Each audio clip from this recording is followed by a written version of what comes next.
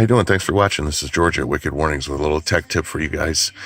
This happens to be a brand new 2020 GMC Denali, but I'm sure that these overhead consoles are about the same in the Silverado as the Denali. So if you're curious on how to remove this to probably get access up in there to your roof light wires, possibly to put an auto flasher in, that right there is your center roof light wire right here.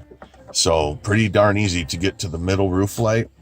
And then the other two roof lights are actually, they go down this column right here. So fairly easy to grab the middle and the outer twos right here. And back to this, if you're trying to remove this and get access behind it, I'm going to work backwards. As you can see, there's two clips in the front of it right here.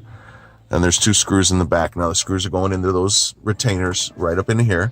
It is a T15 Torx, and you will need a standard like screwdriver. You know, you can't use one of the bit holders because the hole in here is very small, and I'll show you what I mean. So the slots are where these snap in and the screws go in the back, and I'm working in reverse here. Let me pop it in place. Now you can see it's back in place, and the screws actually, what I'll try to do is move my lighting here a little bit for you and show you where the screws go. They go in these holes here, and these holes are covered by a nice little trim piece that you snap off. You can see how this trim piece has these little retainers on it.